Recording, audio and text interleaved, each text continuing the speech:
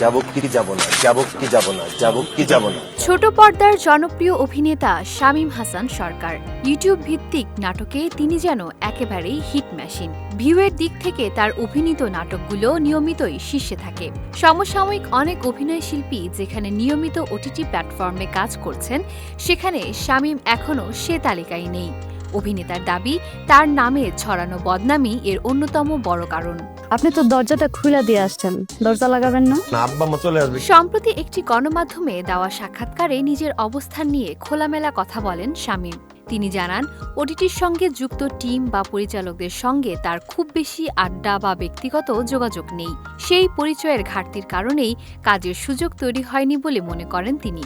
এটিকে নিজের ব্যর্থতা হিসেবেই দেখছেন অভিনেতা।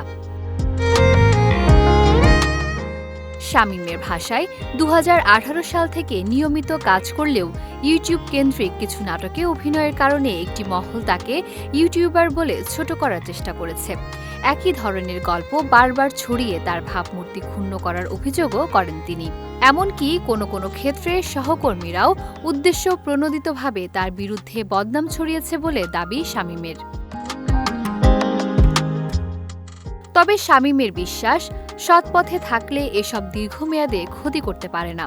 তিনি বলেন, এখন বদনাম অনেকটাই কমেছে।